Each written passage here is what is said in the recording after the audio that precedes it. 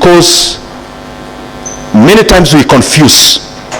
Budget making process is not just about June or whichever other date that the minister reads highlights. It starts pretty earlier. It starts many months before that date. And it goes all the way into oversight. And therefore, even IPF, I challenge you, some of the questions we are asking, I challenge you to also take it up. Because even, for example, if you look at KPIs, you look at the allocations, that's not the head of budget. Even what the Auditor General does is not the head of the budget. There is now what PAC and PIC in Parliament therefore analyzes. I challenge you to also go the full length so that we also check at the outcome at the end of the tunnel. It starts from way early, but it also ends way after June. Let's be able to check also the after implementation. If we say we have built a classroom, for example, can you verify through sampling those kind of projects? So it starts early. And just for understanding, we divide the state into 10 sectors. And those 10 sectors incorporate several ministries. So when you see, for example, those sectors that are 10, all the ministries are condensed, or all government departments are condensed, including sagas, into those 10 sectors. The other thing I just want to highlight is that my experience as chairman of budget is not the one we read. This is the hard truth. The budget of Kenya is called exchequer. The budget is not the one we read. The one we read remains there. When you have a country where there is a discrepancy between what you budget for and how much you can raise as revenue. So what we budget for is not the budget. What you fund is the budget. When you are in a household budget and you have what you want to achieve, you want to build a house in Githurai, you want to build your rural home, you want to buy a car, that is what is the budget. Then after that, those are aspirations. What can you fund out of your revenue? That is the real budget. So the things that I was seeing some semantics about absorption. That word called absorption, you need to actually juxtapose it from absorption to not funded. Those nice words about absorption and absorption, it basically means more than 95% that those programs were actually not funded by the close of the financial year. Those words around absorption, the problem is that the responsibility is left with the accounting officer, the responsibility to explain. But the overarching ministry, which is the National Treasury, then is left with no responsibility. If you sit here and you're talking about an absorption, for example, in the Department of Basic Education, like the classrooms I saw in laboratories, if there is a CFO or the PS for basic education, they seem like the ones carrying the burden, that you didn't absorb the money yet it was budgeted. That is not the truth. The truth is that that program or those projects were actually not funded. So that I have seen part of managing our country's economics is communicating things as they are, so that people's expectations are aligned to what can be delivered and are aligned to what is possible. There are just a few other things I want to highlight. One is the budget. The budget that we know in terms of the expenditure side. If you could have followed the presentation here, BPS level 4.3 trillion. Let me use the one that has been implemented, because, and you forgive me for this because I've been there. The real budget is the one that has been implemented, not the one you want not the aspirations of the next financial year. And that comes in handy at the close of the financial year, when you realize there is a lot of gap in terms of revenue. Now let me actually use the one that has partly been implemented for this current financial year. And let me use the one before revision. before the second supplementary. You're talking about a budget of 3.8 trillion. I want you to see what it is that we budget for. Kenya has two very stagnant and solid pillars in budget making. One is the side of discretionary, the other one is non-discretionary.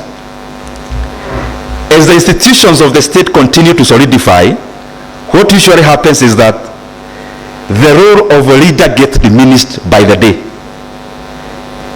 The role of budget making organs gets diminished the more institutions of governance continue to solidify. Let me try to explain this. In a country like Kenya that is doing fairly well in terms of having enough institutions around governance, that continues to decimate the role of decision making in resource allocation. Why? Majority of the huge proportion of our budget is actually non-discretionary. There is nothing you can do about it. So you are sitting there as the leader championing or leading budget making, but up to what point can you exercise your mind? This is the reason. 3.8 trillion is there as your budget. You read it, is an astronomical figure, and it projects even growth in expenditure, etc. All those good semantics we put in the budget making process. But out of 3.8 trillion, you remove 1.25 to 1.3 trillion as something called consolidated fund service. I'm not using BPS, I'm using this current financial year. Out of that 1.25 trillion, over 1.08 trillion is money you're going to pay interest rates for debts. 1.008 trillion. It will be more next financial year. Now, there is nothing you can do about that. There is also nothing you can do about funding constitutional bodies and commissions, and there is nothing you can do about pension. All those falls under CFS. So you budget 1.2 thereabout trillion, there is nothing you can do about it. Then come to salaries of civil servants. Salaries of civil servants in Kenya is in the range of 600 to 700 in the few years around here now, 600 to 700 billion Kenya shillings. There is also nothing you can do about that. There is a constitutional requirement of funding counties to a tune of 380 billion that time, this financial year, actually without carryovers. Once you put carryovers, it is over 400 billion. There is nothing you can do about that also. So what happens then?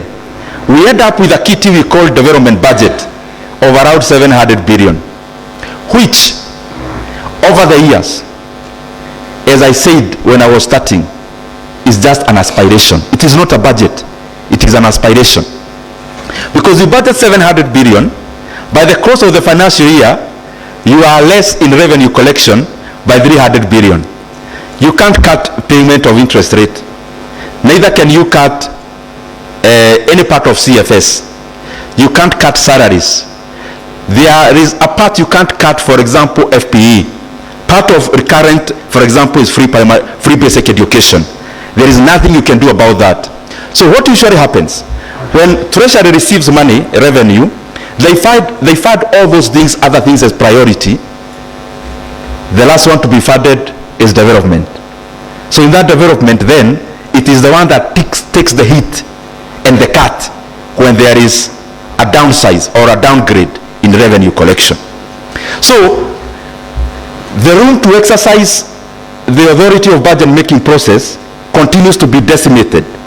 For me, in one way, it's a good thing, especially in regards to what this money goes into doing.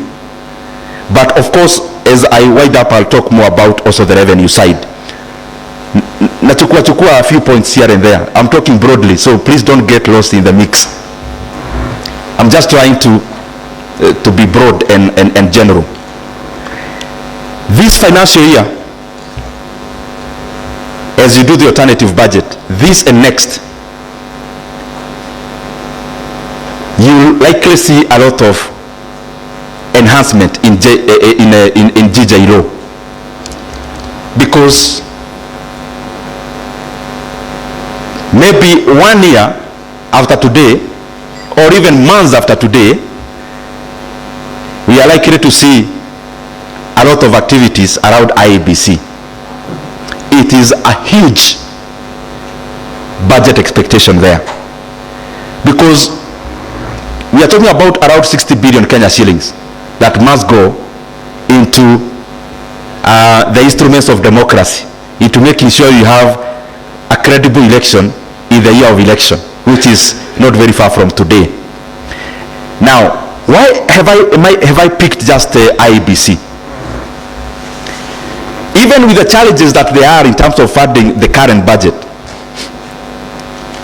the budget we are likely to give IEBC during the electioneering period is actually more than the entire budget we give to the road sector in Kenya when you talk about development funded by GOK. So I want you to start exercising your mind around your expectations then. I have talked about non-discretionaries you can't do anything about. There is now another non-discretionary called IEBC that will take approximately 60 billion. So what is that doing?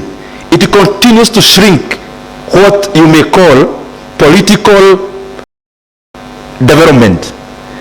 As an MP, as a politician, you may talk about all the other things. Before you talk about roads and water, you have not yet said anything about development. Because the people's expectation in terms of Kenya is around those areas. Let me say something about